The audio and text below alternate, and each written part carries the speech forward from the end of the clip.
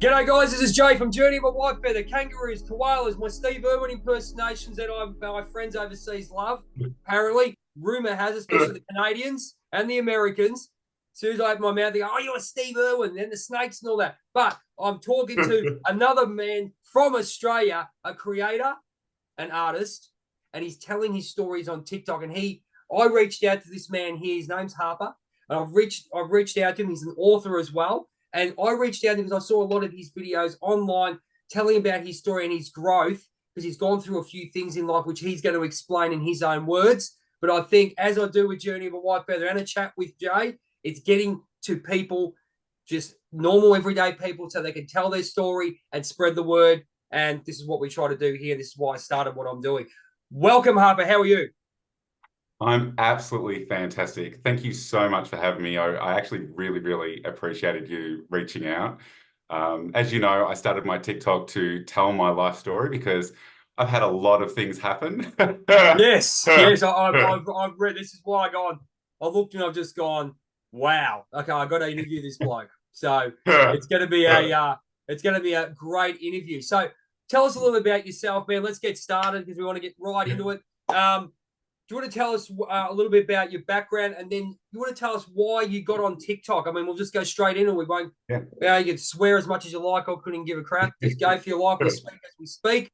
But you tell me why you got on TikTok and why you want your story told, and what a great person you are. Let's go.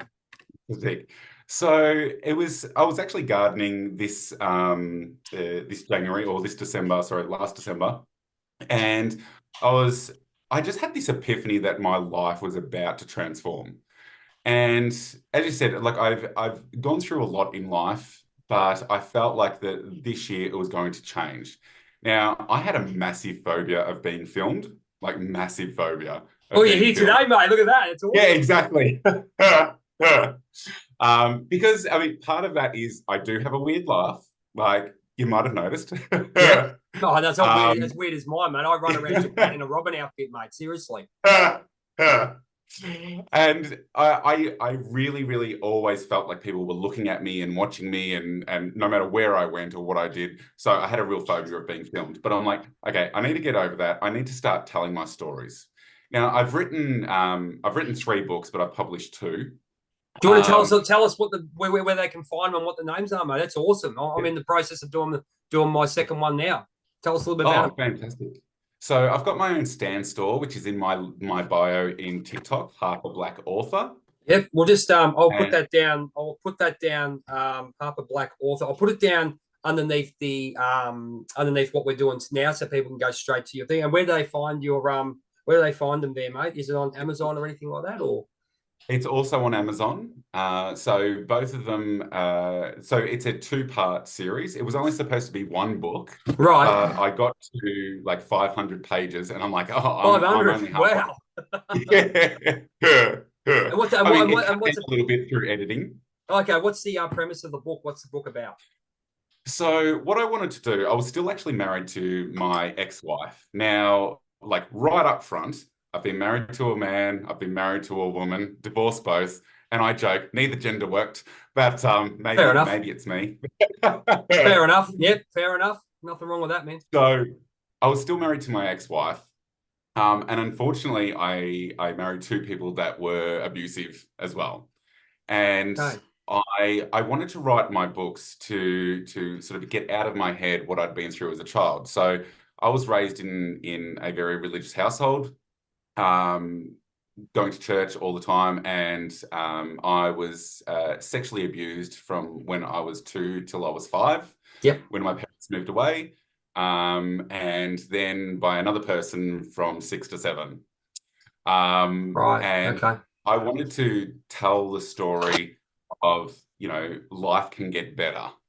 And so is that the And premise? Is that the premise of the book? Like, have you gone into what actually happened to you, and then you've sort of taken those lessons? I mean, I talked to Levine yesterday from Canada, and something very similar. And he's going into the sort of public speaking side of things. So, did you, in your book, do you sort of work? What tell us about the emotion, what you went through, and then utilize that when you're older? Is that how it will work? Well, it's more sort of I mean, it's semi-fictional. So I've Okay. combined some characters together. I've sort of taken bits and pieces of people in my life and put them into like one character or a particular scenario. I might have changed the person that was there, obviously changing names, all of those sort of things. But so it's sort of the story of me sort of at about sort of 14, 15, starting to go through puberty and sort of dealing with the remembering all of this abuse and well, how do I take that on into adulthood? At the same time, I was also developing a mental illness. Okay. So I also have quite severe OCD. And that started manifesting around that age as well. Okay. And And you've been I went, diagnosed. You've been diagnosed and all those kind of things with that one. You yeah, went through. Yep. Okay. yeah. I was misdiagnosed a number of times. Well, I'm sure you were. I'm sure you were. Bipolar, schizophrenia. I'm sure you Um, were. I'll keep yes. my opinions to myself. I'm sure you were. I'm sure you. Being in the spiritual community, my friend, there's a lot of Yeah. opinions. My friend of mine, Ira Moffrey, you can look her up on Instagram and TikTok. I've interviewed her. If you check out my YouTube channel, she talks about stuff like that. I think it'd be very interesting to jump on her channel. I think you'd find her very, very interesting. Oh, definitely. Because I mean, one of the things that manifested right very, very early on was hallucinations. So Okay. yeah. So I I think you need told to people speak to Ira. I think you need to speak to Ira. I'm pretty confident. I'm saying her. When I interviewed her, she talks all about this, and it's such a privilege to know her. And some of the stuff that you're talking about the mental illness, and talking about the spiritual connection in some yeah. in some cultures that they actually applaud when people come forth with these things. And she talks about all that. So please jump on. I'll send you an email or send you a link to that. And I'll do it while you're talking. Yeah, cool. Oh, fantastic. I do think I was very lucky with my hallucinations because I didn't just get visual. I got auditory, I got touch, I got smell, I got heat, like, yeah, so Wow. sight, smell, touch, um, uh, taste, like basically all five senses. Right. Um, and I didn't know what was going on. Also, as I said, dealing with the teenage years, like what sort of adult did I want to be? Where did I want to go? I got Yep. into a lot of drugs to self-medicate as sort of like a 15-year-old. And Excuse me. uh, I just tagged you in her TikTok for you. There you go. Live oh, on the fantastic. live on there. You can have a look there. So I'll just do it because otherwise I forget too. So it's very important you see it. Yeah, I'm looking forward to it. Cool. Sorry to So interrupt there. that's all right. So the books are more about sort of that experience, sort of Yep. growing up. The second book is a lot more fiction. So the character actually moves overseas. Okay. Um, because in it, the character also, which is not me, sort of realizes that his parents may not be his parents. All right. Um, Now, where that came from is like when I was younger, I used to wish my parents weren't my parents. We all have that, just me. We all go through that, especially someone. I mean, when you connect on that spiritual level, you're sort of like that odd person out. You always have these when you move into this work and you understand the awareness of the higher awareness of what's going on. You get out from 3D to 5D as I've done the last 5 years, and you sort of understand. You go back and regress and have a look. I did that when I was in Houston when I was in that hurricane. I think I told you it was in the hurricane and Yeah. I sort of regressed back and thought about that as well. It's really, really interesting when you're sort of only in a room, locked in a room, 35 degrees plus with humidity, and you only got you, yourself, and your thoughts. Yeah. Bit of an American Indian sweat lodge experience. Yeah. Oh, it definitely would have been. That would have been, yeah, very But scary. I get where you're coming from. Yeah. So, yeah, so my first two books are essentially about that. And then sort of going through life, as I said, I was married to, like, I became a Christian. Yep. So I had a drug overdose when I was 16. Oh wow. Um, Okay. Yep. and a voice said to me, "You're going to die." Oh Um, really? Okay. yeah. So how So did you come up? How did you overcome that? Well, with the voices in your head, I mean, everyone talks about that. How did you overcome that? we talk about the devil and the angel, say for use for better word. How did you cope with that as a 16-year-old? So, I mean, drugs, obviously. Oh, I'm actually asking about the overdose and the actual words in your head. What was going through your head there? That's the critical point, in my belief. Yes. So I realized that I had to make a change, that I had to do something. I used to always call it my devil and angel on your shoulder. I used to Yep. always call it my wrong side and my right side. Okay. Um, Yep. Constantly sort of battling each other. Because the intrusive thoughts would tell me one thing, and then my good side would be having an argument with them. And it got to the point, probably around 18, where it sort of hit a critical mass, where I was like, I can't cope with this. I can't mentally cope with this anymore. And I had my first breakdown because I couldn't function in the word. Like, I literally could not concentrate anymore on what was going on in front of me in the real life because there was so much going on in my head. And Yep. by that stage, there was more characters. Like, there was, up to like 5 or 6 different voices, and they all have different voices in my head. Is this Uh, part of is this where it's transferred into the book writing, Harper? Is that yeah, yep. Okay, great. Yep. Awesome. definitely. And so I was put in hospital. They thought I had schizophrenia. And as I said, I'm spoiling Excuse me. it all. It ended up being just severe OCD. So when OCD is so severe, the intrusive thoughts can get so severe that you can start seeing things. And I used to, when I was a teenager, I used to see my dead body everywhere, Oh, really? um, which was Wow. part of my intrusive thoughts. Was, I would walk into the garage and see myself hanging, or I would go into the Oh, bathroom and see wow. myself dead in the bath. And that was a lot to deal with, like, Okay. as a teenager.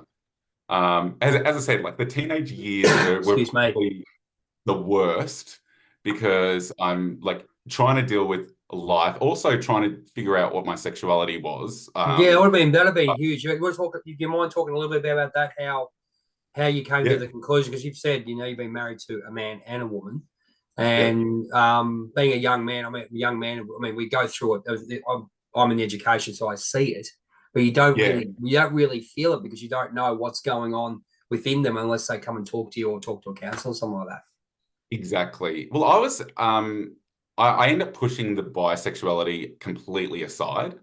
Because, as I said, raised in a very religious household, I'm like, oh, that's not a thing. That's not a thing. Hmm. Like, you're attracted to women, so like that's the thing, So I end up, as I said, becoming a Christian. It's like after I had a drug overdose, I became a Christian.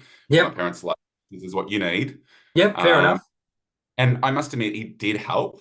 It really did help. Yeah. Cool. Uh, But you had some focus. You got some focus. I mean, you made a choice to move. I mean, yeah, I've only learned about choice the last 5 years. I'll be perfectly honest with you. You made that choice, that conscious choice within your mind that I don't think we really realize. Greg Riley and Michael McNair, my mentors, told me you have a choice. I didn't really yeah, realize how much choice you really do have in these world, in the world, to go left or right. We do make choices all the time, but are we consciously thinking about it as you did? yeah, exactly. And I did a TikTok the other day about, I recommend flipping your life if it's not going well. I've flipped my life a number of times, and I feel like I've lived multiple lifetimes in this one lifetime Has because it been has it everything been a is necessity? Has it been a necessity type thing, like to flip it? definitely like so. Um, I each time I've got to a point where I'm like, I can't continue down this road. That's So awesome. That's good. That's great. literally change everything. Like, Wow. literally get out of the situation you're in, get out of the circles that you're running in, and start again. Okay. And I mean, I am lucky. I've kept some people along that journey. Like, I haven't like literally just cut off everybody. You know when I, to, don't you? So I've kept people around, and I know there's people there that I just connect with like that. But there's people yeah, from my past and stuff and even people now, you sort of put them in. Not it's going to sound really bad, but you put them into a sort of like a category. You got yeah, your sort of, I call it like pyramid, where you got your high yeah, level people which you connect with, then you got your friends which they're in your life. They've got you got they bring something to the table. You know what I mean? So yeah, Yeah, exactly. And it's, I mean, I used to say it's always like when I'm looking at my friends, I look at, how I can learn and how I can grow, which, can sound selfish, but like I don't want to be around negative people. I don't want to be around people that are going to bring me down or take me backwards of yep, where I've already been, because I've yep, already been through that. That chapter is closed. I'm starting a new chapter now. yep. So I ended up getting married to a woman just after I turned 19. And uh, so it's probably a really long story short. She was not a nice person. And got worse and worse. And like by the time I actually left her, which was sort of 19 years, I was 38 when I actually left. 19 Um, years. Wow. Okay. yeah. And we went through it. Like there was things that we went through together that were really hard. So we did, and the fertility treatment and IVF journey for 7 years, which Wow. didn't. Okay. Um, and we bought and sold houses. We had animals and deaths of So animals, and you live that standard, I guess we call it standard family life that people live, yeah, go to work, do this, do that. Yeah, cool. yeah, yeah. And through that marriage, what I call it is it was death by a thousand cuts. She really did break me down to a shell of a human. And I think the one thing that I tell people that they get really surprised of who I had actually become, because a lot of people that know me don't know that version of me. Like, I like to talk. You can, your watchers and listeners will know I like to talk. Yeah. So the last 3 years we were married, I wasn't allowed to talk. So unless I was spoken to. So Wow. I would come home from work, and if she didn't initiate a conversation, there was no talking in the So, house. okay, I'm going to ask you how spiritually and as a person, not as a male, because I know they're going to pull the male card, but let's say Yeah. as a human being, what was that? What was going through your head to actually submit to that one? What was happening? Because I know myself, I let myself go. Basic people pleaser, and I just, well, Mm-hmm. whatever reason came through, and I know where it all came from. I've acknowledged all that. Yeah. And still to this day, I think we do a little bit of people pleasing. But when did you notice you're a people pleaser? Because that's just, yeah, interesting. Um, Coming, and it's, let's say, ladies and gentlemen, here I am. Clickbait yeah. this female to male.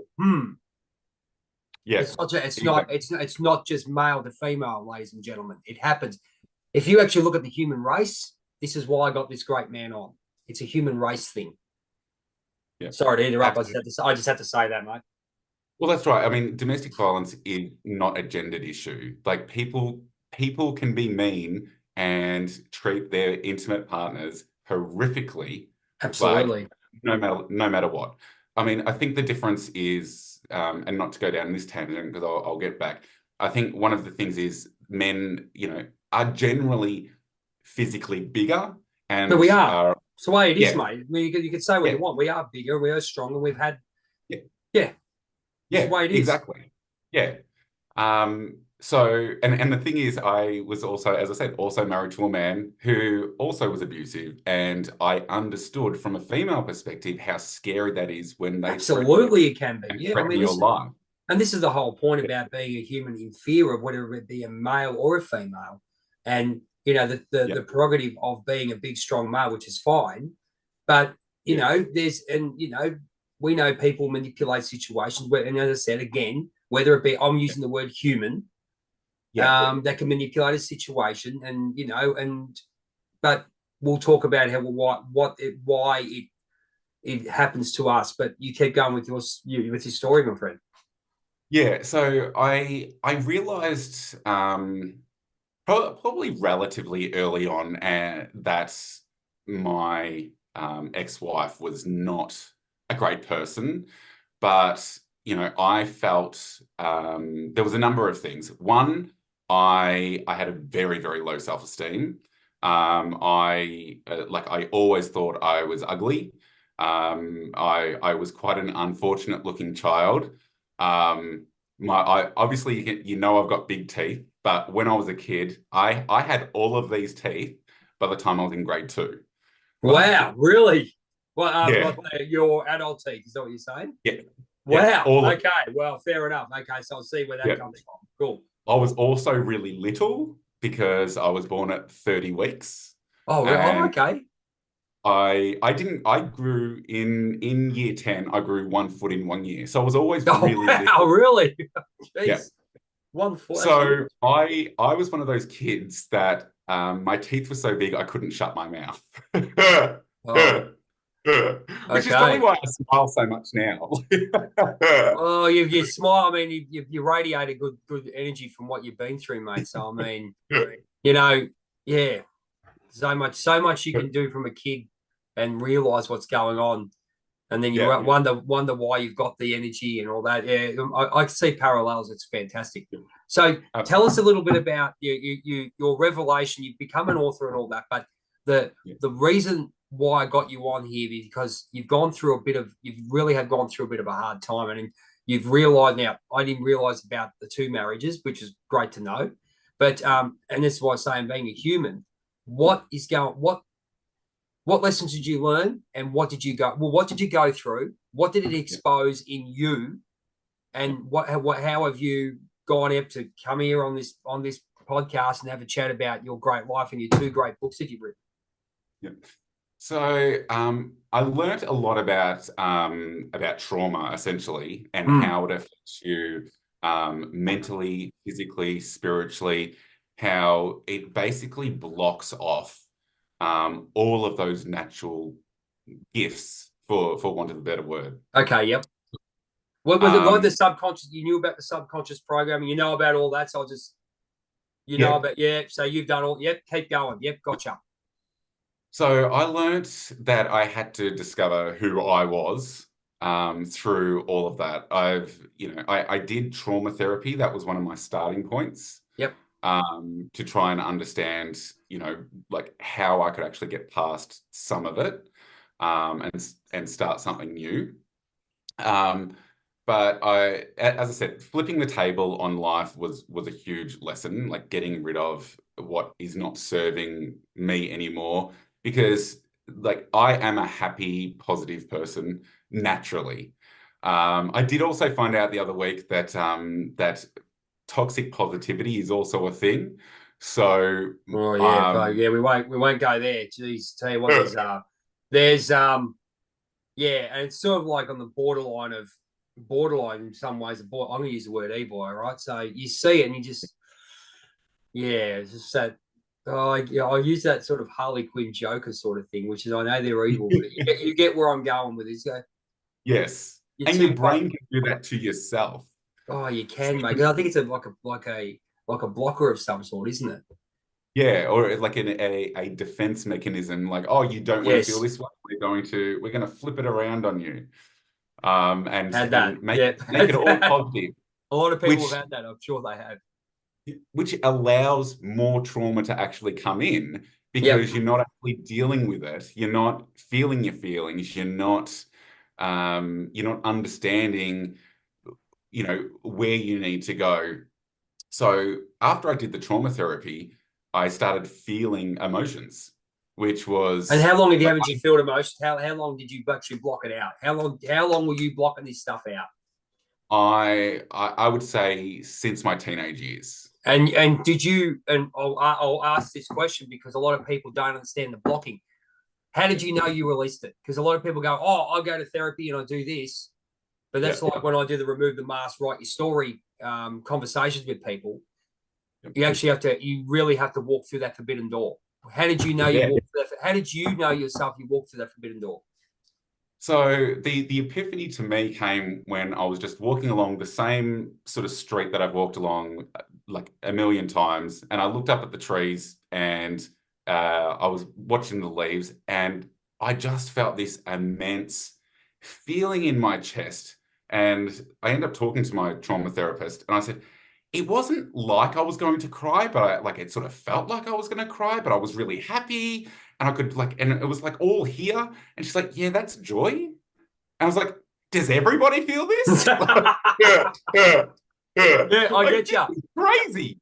Yeah, and again, I guess it's a point where we actually laugh as children as well, and we sort of seem happy, but then we seem happy, but Yeah, as you said, there's this funny, and I guess when we don't feel it, we don't. It's like eating a new food, isn't it? Like we just don't know yeah. what is this. What is this? You know? Yeah. And I had that wasn't the moment that I was like, oh, this is working. Like these blockers are being removed, which I've put up my entire life to protect myself. Like I used to say to people, like I only have two emotions, like as a joke, but then I realized that at the time I was saying it, like I was saying it as a joke and not realizing like um how true and how basically horrific it is to say, I only have two emotions, happy and angry, and I'm happy 99.9% of the time. Now, that is not a good thing. Like you So need more than would you consider? Okay, here's a story for you. Would you yeah, consider? Okay, we've got 10 minutes on this, and if we have to go three parts, mate, we're going to go three parts. So don't. If you've got time, we're going to keep yeah, going with this. So don't think you're going to miss out on anything. So yeah. looking at regarding the happiness, did you feel you were blocking it, or just sort of like, ha ha ha? Oh yeah, I'm happy. Oh or in my case, hiding behind characters like when I was a pro wrestler, I used to hide behind my Jay Whitefeather, my Stefan Cool character, thinking I was them. Oh yeah, I'm happy. Yeah, Look at this. I'm a superstar. I was not. No, I wasn't. yeah, I wasn't. And now I understand that. Now I can actually love myself yeah, and then turn into that character like Robin from Batman, which I do, or not, yeah, or whatever I'm doing. I can actually turn into those characters without and express myself. How did you feel yeah. about? How did you feel about blocking that out? Because and what were you doing in that case? Yeah, there definitely was characters. I mean, I put a line in the book that I think I would be a great actor because everything I was doing was acting constantly for majority of my life. Like because I was being the person that I thought other people wanted, not who I actually was. Do you know the story of Robin Williams? No. Go and read it. Go Okay. read it. Go read it. Interesting. Exactly what you just said. Oh, okay. Very, very interesting. Yeah. It is, It it was, is I yeah. find it absolutely fascinating. Like that my brain, like I mean, I find my brain very, very intriguing. It's like there's me and then my brain that Well, does that's what I say. We're everything. removing the mask. I mean, that's why I, in 10 seconds, I said, like I wear masks all the time, whether I'm Bray Wyatt or whatever. When you Yeah. remove the mask, you see yourself. And as Yeah. Cody Rhodes, I use my wrestling terms. Cody Rhodes said, "Write your story." Yeah. Everyone's writing their story now and telling their story, and people like you need to be heard. That's why I do what I do. So keep going Yeah. with that. It's amazing so far. So far amazing. Keep going. Yeah, it was such an epiphany that first time that as I said, I felt that joy. And then I started sort of feeling more emotions and understanding why my brain had done what it had done. It was all a case of protecting myself and and removing hurt. Um, and Excuse me. but the downside of that is not, as I said, the toxic positivity that comes in your own brain. Like not having those emotions, not feeling that pain or that hurt allows people to hurt you more Mm. because you're essentially giving them a free pass because one, you're not showing yourself at all. Yep. You're only showing the parts that you want them to see, and you're being the person that you want them, they want you to be, or you think they want you to be. So you're giving them the green light to go, yeah, like come hurt me, come do more.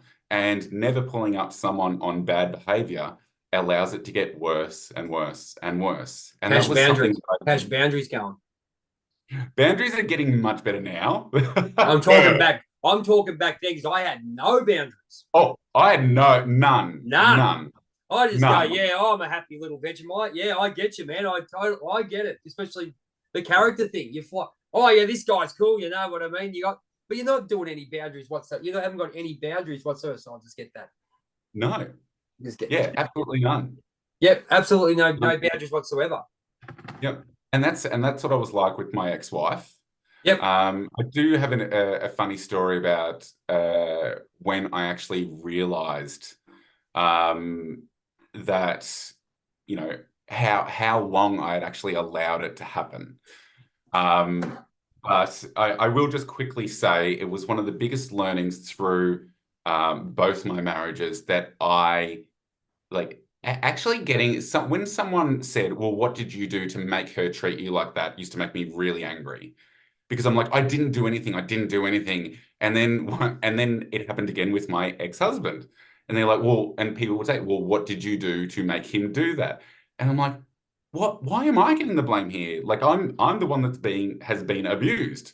And then I was like, oh, I know what I've done. Bang. Like, and the people that were saying to me weren't actually saying it in a bad way. I think they No. were actually also trying to make me realize, well, like, why were you letting this happen? Like, what was going on? Why were you giving them constant like chances and allowing it to And get? validation and everything else, isn't it? I've been there, Yeah, mate. I've been there. It's just like whether it's a relationship in, you know, marriage or a friendship. yeah, Um, yeah, and then yeah. Oh, look, keep going. I get it. yeah. I So get it. the funny story with my ex-wife. So I absolutely loved and adored my ex-wife. And I had tried to commit suicide a number of times through that marriage. As I said, I'd Wow. been misdiagnosed a number of times and put on different meds. I'd been hospitalized. I'd been through all of that. And granted, she went through all of that as well. Doesn't negate the fact that she was essentially just a horrible person to me and to other people. Like I'm not the only. I've had a few people on TikTok reach out, some ex-friends of hers, that have gone, yeah, like I'm not surprised that happened behind closed doors because, you know, she wasn't overly nice. Because as soon as she's done with someone, she would just treat them awfully. But why did I let it go on for so long, and how long was it actually going for? So when I left her, I left with the suitcase. I went to my parents' house because they were away. Yep. I'd only just recently connected with my parents because I had cut off all of my family for years. Is that to do? Um, Is that to do with the relationship? Yep. Ladies and gentlemen, it happens. because, And as I said to you, yeah, the dominant person. I know I'm guilty of that too. Cutting off. They go, especially when it comes to blokes. You cut off your mates when you get a partner, right? hmm, That shouldn't yep, happen. no, That shouldn't no, happen, ladies and gentlemen. Like, here's a reality check. If you There's yeah, nothing wrong with spending time with your partner and stuff, and you enjoy it or whatever it is, but if you're cutting your mates off, something wrong there, mate. yeah. That's my call. And if I you're agree with cutting you. someone off because it's easier, because you don't want to deal with the backlash when you get home and the bitching and the moaning about that other person and your significant other, or in this case, my ex-wife, just nitpicking at the person that we just saw. If like cutting them off also becomes like well, I don't want to hear this about that person anymore, so I'm going to cut them off. Like And it again, doesn't come. It comes down to a trust too, doesn't it? It comes down to a trust of the person. Like, if you've got someone in your life that does something for you, okay, whatever it may be, and the other person doesn't like it, the person should respect that you've had this relationship for it. And yeah, Yep. I don't see the problem with it. I mean, I might be an absolute blithering idiot thinking that, and people No, go, "Oh, I think you correct. should respect it to get rid of it." What are you going to? At the end of the day, the person should know with who you're with should trust you for the person that you are. If you show Yeah. other qualities, that's a different story. But if you're not doing anything and you're getting hit for it, what's the point? Am I not wrong? No, you're not wrong. One of the first signs of an abusive relationship is removing your support networks. So, Ladies and gentlemen, your friends and welcome, family. welcome. It's not wrong. So, I mean, if you don't hear, and then you hear about all this stuff, and we've had the male and female dominated. Okay, on that thing, hold that thought. We're going to go into part two. So we're going to talk about getting cut off from your support network. That's going to be our call in part two. This thing's going to go for a while, ladies and gentlemen. Go and get yourself some water. I'm telling you to get the good stuff: water, cashews, all those things. or if you want to get a coffee or whatever you want to do, go get yourself set up because Harper's coming back in part 2. And we're going to talk about how he got to where he got to and these great books he's going to talk about. Ladies and gentlemen, thanks very much. We'll see you in part 2.